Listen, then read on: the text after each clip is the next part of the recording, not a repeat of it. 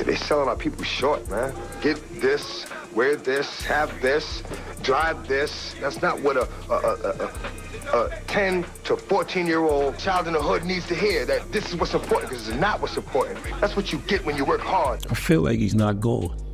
I knew a different X than like the people. I knew him my whole life. Right. So I really knew him before he turned to the big iconic star, and he always kind of stayed like. Yeah, I love this drink. Will you put my bag? I like when you like this, Daddy. Yeah, will you put my bag? Daddy, I like when you scrambling and scraping. I like that. See, X was different than the Locks. X came first.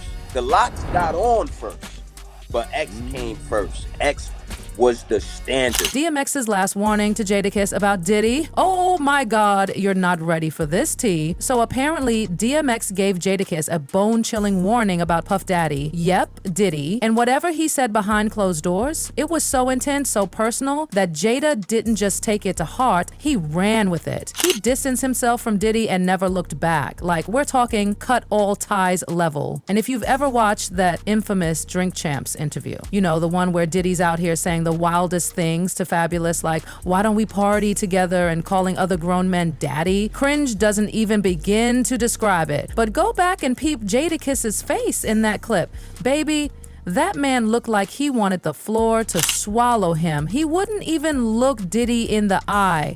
We partied for my birthday before. You came to my party. No, but me and you ain't never really party, you know what I'm saying? Did you miss me though? For real, because it seems like a thing. I miss this partying birthday with party, Puff, man. But I'm talking about for your birthday. Huh? Why won't you party with me for your birthday, man? We partied for my birthday before. You came to my party. No, but me and you ain't never really party, you know what I'm saying? Did you miss me though? For real. Now that awkward moment, that wasn't just random. According to insiders, people who were real close to DMX pulled Jada aside way before that Drink Champs nonsense and gave him the kind of heads up that leaves you sleeping with one eye open. We're talking real talk about how Diddy operates when the lights go off and the cameras stop rolling. DMX didn't sugarcoat anything. That man was never scared to call out the industry, and let's be honest, he hated seeing artists sell out or let people like Diddy treat them like little toys. And don't even get us started on Diddy's whole "let me take you shopping" energy. DMX saw through it. Throw it out there. Locks amigos.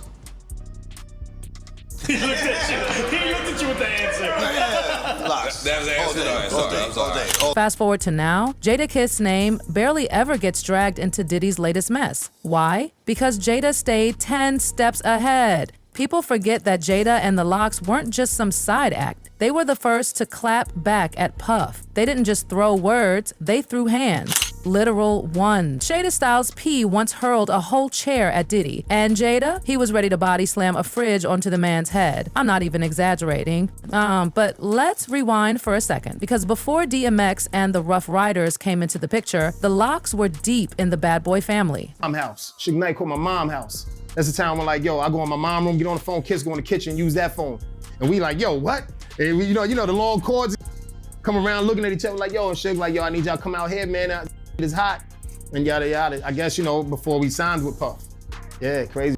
Yeah, we had some bidding, God. Back then, the Locks were hungry, gritty, and trying to break through. And they did with a fire demo tape produced by Jaz-O. Suddenly, everyone wanted them. Even Suge Knight from Death Row Records tried to snatch them up. He literally called Sheek Louch's house phone like he was desperate. But the Locks weren't about to jump ship in the middle of that East Coast-West Coast war. So instead, they signed with Bad Boy in '98. And y'all, at the time, that felt like winning the lottery. Diddy and Biggie were the gods of hip-hop. Of course they were excited. When we signed with Bad Boy, they was like the Chicago Bulls or the Lakers in the early '80s. You know what I mean?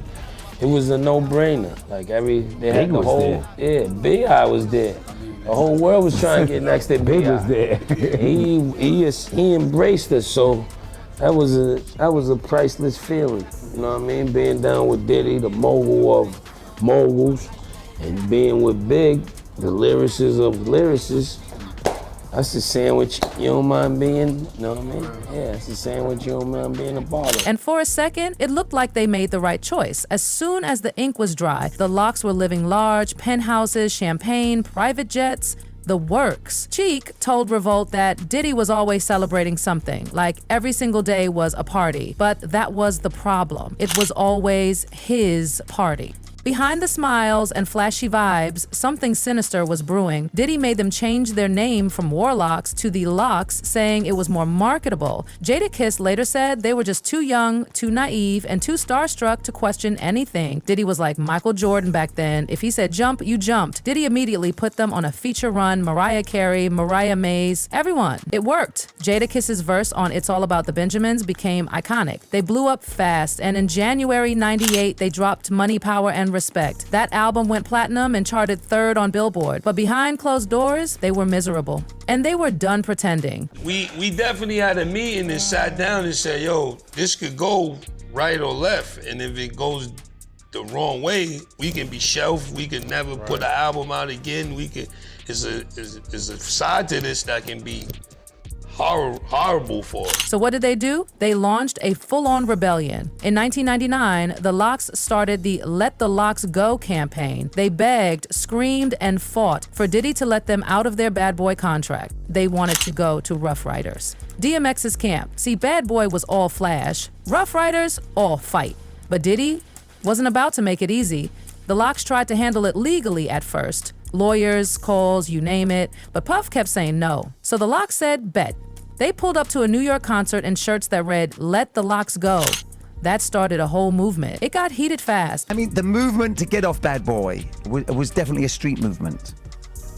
When I say that, I'm really talking about, I remember coming out of a Summer Jams and seeing Diddy's car surrounded by plaque-carrying Free the Locks. Real talk. Real talk. Yeah. It was like a street movement, man. Definitely. We was probably like you was at that Summer Jam? Yes. Official, right? Yes, exactly. I felt sorry for Puffy in the car with the doors locked and the windows up. We was the first rebels, man. You didn't have a lot of guys going at like major people like that, man. Exactly, and from the street where it hurts. Yeah, you're right. Yeah, man. Gotta know where your power lies, man. But Diddy, that man's ego can't handle being embarrassed. When he saw the Locks turning public opinion against him, he retaliated hard. That's when the violence started. And y'all, when Styles pewed through that chair, woo, that wasn't just a tantrum, that was a message. Do you remember the moment that you decided, like I know there's probably friction for a long time, but do you remember the moment you decided you needed to leave Bad Boy to move on to the next chapter? It was probably after the argument with Diddy, when Styles threw the chair at Puff. You know what I mean? I ain't sure, but that was probably the last straw for that. But prior to that, we was, it was conversations amongst the group and things like that, things of that nature. But after that little incident happened, I think that's when we decided to part ways. That chair cracked more than just air. It cracked Diddy's whole strategy. Fans turned on him. The pressure was unbearable. And finally, he caved. He let them go. The Locks escaped Bad Boy and ran straight into the arms of DMX and the Rough Riders. That reunion sparked their legendary second album, We Are the Streets. And yes, that title was on purpose. A life ahead of you. Nobody never took nothing from me. Like, it's hard for me to look at Diddy. It's hard to go, like, to be phony about it and pull him out on stage at the Hova concert and do the Benjamins, and it's hard, like, it's not. Have you talked to him about millions of dollars? This is my life. It's worth dying. It's worth killing over. Like, serious. That's what people don't understand. Don't say, Jada, you bugging. Or it's worth really killing. Like, sit down, think about it, pull it all on the table. It's really worth doing it over. Like, some things ain't worth it. That's one of the things that's worth it. So, me personally, I can't sleep sometimes. Like, I lose sleep. Like, I be ready to just black out. Like, how long have you been? Have you had the conversations with Puff about trying to buy it back? He's so much of a gangster with the paperwork. He'll tell you one thing, and then he'll tell his lawyer or people that represents him something else. And then it never happened. And this is amazing. I mean, and you've been trying to do this for years? For years, and we on our, we've been quiet and all that. We on our 7th or 8th lawyer for this. No security guard can stop How much a money are we talking? How refrigerator much money are we talking? Off a skyscraper. We stainless steel with the double door joints. We talking. No security. I couldn't even tell you. I mean, estimated you couldn't. A couple mil. A couple million? I would say a couple mil. I can't even say. I'm not even sure. We paid a couple mil to get out. We paid almost $3 million to get out. To get off Bad Boy. Yeah, we had no $1 million budget. We did one album there, Inch. We did one album. We did Money, Power, Respect there. This ain't for albums. This is for life. This is for life, too. This is why it's worth killing. It ain't like when this contract's up. So if this is for the rest of your life, if you make a song, you have the way it stands. He gets money no matter what. If we make a Give It To Me or in the club, he's gonna make more off that than we are. We are. And people don't understand. That's worth throwing it all out the window. But Diddy wasn't done being messy. Even after they left, he still held onto almost half their publishing rights. Can you imagine? He charged them $3 million, 0 cents, just to be free. They dragged him on interviews, on tracks, everywhere, but the real showdown, that came in 2005 during Angie Martinez's radio show. The Lox let it all spill. The bad deals, the stolen money, the lies, and guess who was listening live? Yep, Diddy. Let's just go live. Let's go. Hello? Yeah. Hey. What's up? What's up? I mean, where Hey, you? yo, check this out, man. The last time y'all did this, man, y'all did the whole campaign, let the Lox go and all that. Y'all ain't want to be down with Bad Boy, so we let y'all go. Y'all want to be down with us, we let y'all go, we keep it moving. But to get on there and portray like somebody got to go and steal and rob and be shysting y'all, that ain't really correct, you know what I'm saying? And first of all, I'm at my office right now. I'm always accessible. Y'all ain't got to get on the radio and do certain tactics and do certain things to ever holler at me. Jadakiss, last time I saw you, I told you, let's get together, let's talk. You know what I'm saying? I told you I'm accessible. I said if anything don't come, if there's somebody standing in the way for you expressing yourself, or any of y'all expressing yourself, y'all can come get at me directly. You know what I'm saying? All that on the refrigerator, and you going to nobody, man. You know what I'm saying? We businessmen. We all mature adults here. All that right there, I'm at my office. Y'all can sit on this interview with her and talk as long as y'all want to talk about it. Or you can take the invitation I gave you before. But it's not even getting there because of your get on the radio, whatever tactics. I ain't your enemy. Dog, I ain't your enemy. You need to bang like that on cats that's coming at you. I ain't your enemy. Just yesterday we got a note from your office saying you don't have no idea of none of this or nothing. Just yesterday, your lawyer told us that. I see you at the show backstage. You said find out what it was. But don't sit here and portray like Puff took nothing from y'all. What is it? What is it? What do you call it? What do you call it? What do you call it? And don't say we can come to your office or do none of that, because we can't do none of that. We can't handle it no other way but with lawyers, and you know that, so don't get on the radio and act like a tough guy or none of that. Wait, you know how we can settle You it? acting I'm tough. in my office, so why don't we stop talking on the radio?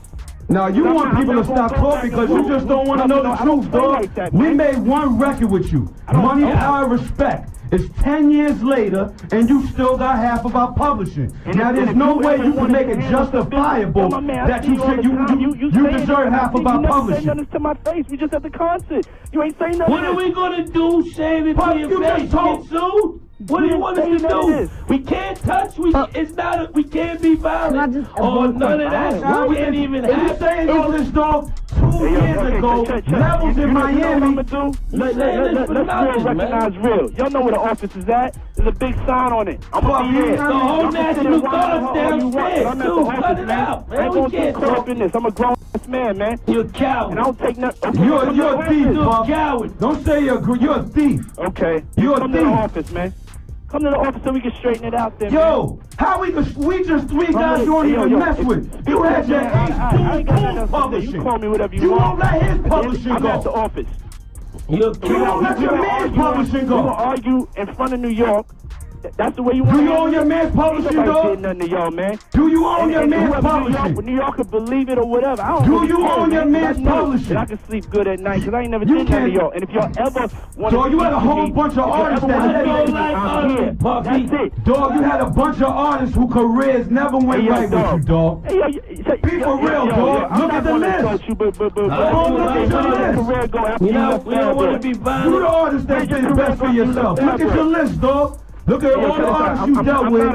Look at the situation they dealt with. 112 not happy with you gone. Faith not happy with you gone. We not happy with you gone. Faith not happy with you gone. Wow. All right, he's hung up. He's gone. He's Shine jail. He called in and tried to defend himself live on air, but honey, Jada wasn't having it.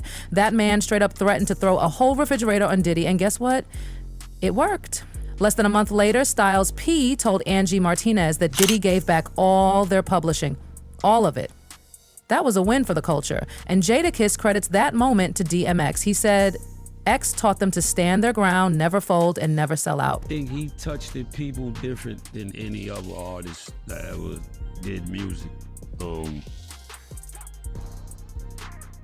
can go watch him on a show. He's gonna bark, jump around. Right. Then he's gonna say a prayer and cry at the end of the show, a heartfelt prayer that he wrote. So I don't think you don't get that. You can go to one of the best shows you ever been to. You're not gonna get them different type of elements and then end it with a prayer. What's the best advice he gave you? Keep at it. We would call it the Rough Rider Studio. They call it the Pit, and we would just be, you have to go there every day, and some days you just be battling for hours. And I think steel sharpens skill, and that's what made us one of the toughest camps to deal with at the time, because anything a hooper stays in the gym. Right. Artists got to stay in the studio. Right. And don't let all the outside rhetoric get in you, block your vision. You got to have tunnel vision. Somehow, no matter what's going on, you got to get to that studio every day. If God willing, and you're able to, and everything will work itself out. All the other stuff will kind of weave itself out, but the main thing is go to the gym every day, go to the studio every day, and nobody will be able to touch. But the wildest part, DMX had warned them way before it all blew up. He told them the only way to handle a bully is to fight back even harder. And he wasn't bluffing either. DMX admitted in multiple interviews that he had literally thrown hands with label execs. In 2004, on Tim Westwood's show, he confessed that he once beat up someone at his label for trying to manipulate him. He wasn't there to play politics, he was there to fight for his soul. These had the nerve to tell me one time, I said, yo, why I can't have two videos playing at the same time? Oh, because we don't want your videos to compete with each other. But then I turn on TV, I ain't gonna say no artist names, but they got 3 videos back to back. Exactly. I'm like, you feeding me and you suck all crazy, man. What's wrong with you? Yo, I had to punch one face up there, man. After that, I was like, I'm not going to the office no more. Is that how it went down? Yeah. Cause I don't, I'm a grown man, and I ain't got time to be playing no kid games, man. So once I see I'm not dealing with a man and he disrespects me, I'm break his jaw. And get this, DMX said that exec tried to pressure him into doing certain favors in exchange for better promo. Let that sink in. Favors. Not talent, not lyrics, favors. DMX said absolutely not and made sure they knew it. That experience, that fueled the fire he gave to the Locks. That was the warning Jadakiss took seriously. And honestly, thank God he did. They got this new breed of rapper that's paying DJs to play their right. You know what I'm saying? They sucking the record label executives, and it's like there's too much of that going on. Right. You know what I'm saying? Let me be me. Let me be the artist that I am and just play my music. You know what I mean? Exactly. Now they want you all up under this, sitting at going to dinner with them, that, and all that favor for a favor. Get down like that, look. I give you the music, you give my money. Because when it came to surviving in this industry, DMX knew what was up. He saw what Diddy was doing, and he made it his mission to protect the next generation of real rappers from being puppeteered like products. So now that the truth is all out in the open, what do you think? Did DMX know everything? Was he trying to save Jadakiss from going down the same dark path? Drop your thoughts below and don't miss what we're digging into next, because this rabbit hole, it goes way deeper.